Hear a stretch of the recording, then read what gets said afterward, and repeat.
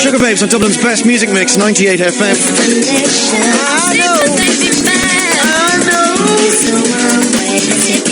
I was actually in one of the lineups of the show, the third lineup of the show. Were you? I was actually, yeah. Short-lived, was it? 18 minutes past 9, Dublin's 98 FM. Good morning, how are you?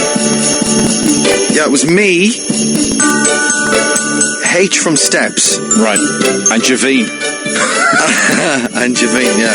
That was before they brought in that girl from Liverpool, Heidi. And then Keisha was in it. Keisha, Mutya.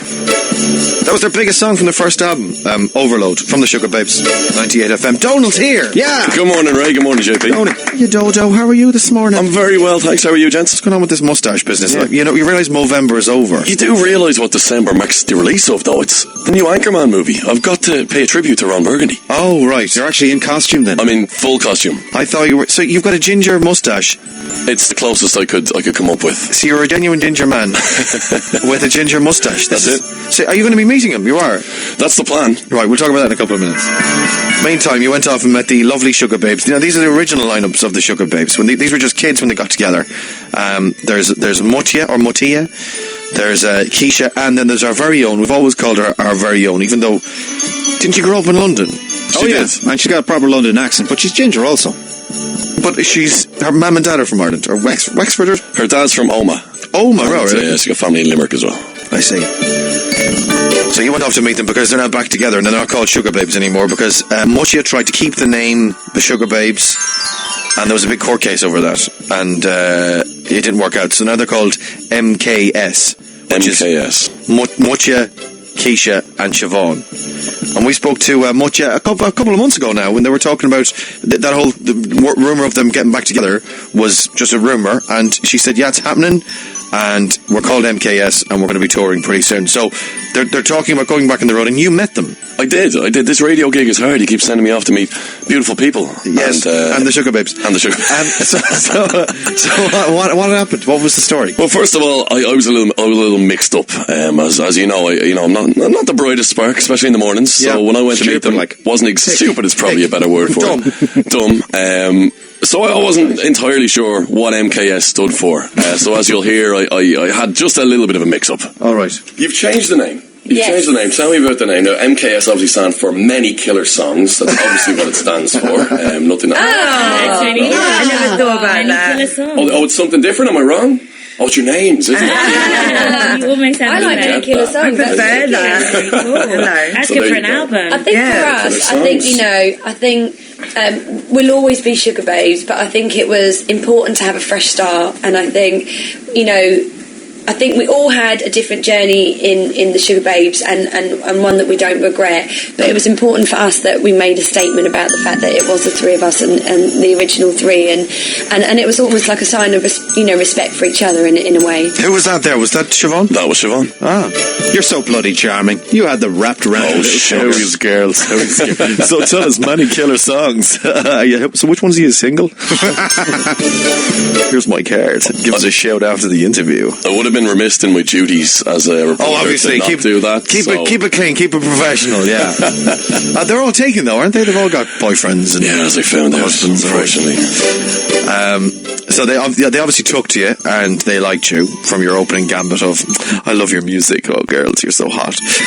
So where'd it go from there?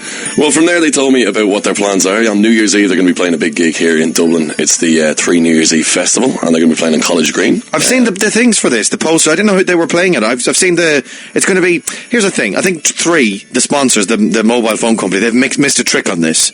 It says 4 nights on all the posters around town. 4 nights. So it's 3, yeah, and 4 nights of New Year's. Right. So wouldn't it be smarter for them to go 3 nights? Well, you would think so. And then so. 3 would sponsor 3 nights instead of 4 nights. New Year's Threve. Amazing. See, there you go, 3. Anyway, here are the girls. You're going to be playing the 3 NYE Dublin Festival. Can you tell me a little bit about what you're going to be doing on New Year's then? It's quite a long set we're doing, so we'll be doing 40 minutes. Lots of oldies and then some new stuff. And obviously we won't have played that new material in Dublin yet. Some fantastic bands playing Madness, Ryan Sheridan, The Stripes, Shullin. Have you gigged with any of those before? No, but I love Madness. You love Madness? Yeah. It's going to be brilliant. So you're going to come off stage and then go into the crowd and then start bopping around for Madness? I don't know why we wouldn't. Yeah, why not? It's New Year's. It's going to be a big New Year's party for them then. They're going to bring their kids, they're going to bring the family, or what's the story? They didn't go into that much detail. No, we just talked about baggy trousers, and then that's just moved on. And did they like you then? By the end of the interview, had they warmed to you? Had you represented? I hope so. The Irish male to them. I took a stab. I took a shot in the dark, and I would have, like I said, I would have been remiss in my duty if I hadn't tried to get a sneaky date out of one of them. So I did ask them their opinion on Irish men, and it wasn't all bad. I love the Irish accent. I prefer that even just to like the London accent by far. So you like the Irish accent? It's all about the accent, yeah. And also, like the Irish accent. I do. And I feel very at home with it because it's I'm Jamaican and it's almost like this. I mean, you guys say tree is tree and we say tree, the number tree. No, but I do think like the Jamaican and Irish culture is actually very similar. Very similar. Tonight I was just, having a party. I was wondering if... No, don't do this. If you're not washing your hair or anything, I mean... No. Clearly not. No, I'm not coming. I mean, no, I'm not washing my hair. Oh, so you are coming. So what Dublin is hearing... Available. What Dublin is hearing is that the Sugar Babes are coming for a party with me. Hey. We are.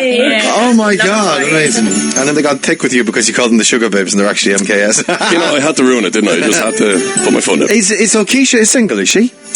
Did you actually ask her out? It sounded like she was totally I did my best. I mean, we just went round and round though. We got on a train, I didn't know this destination, and turned out to be a one-way ticket to a madman situation in the end. Well done, sir. Nicely done.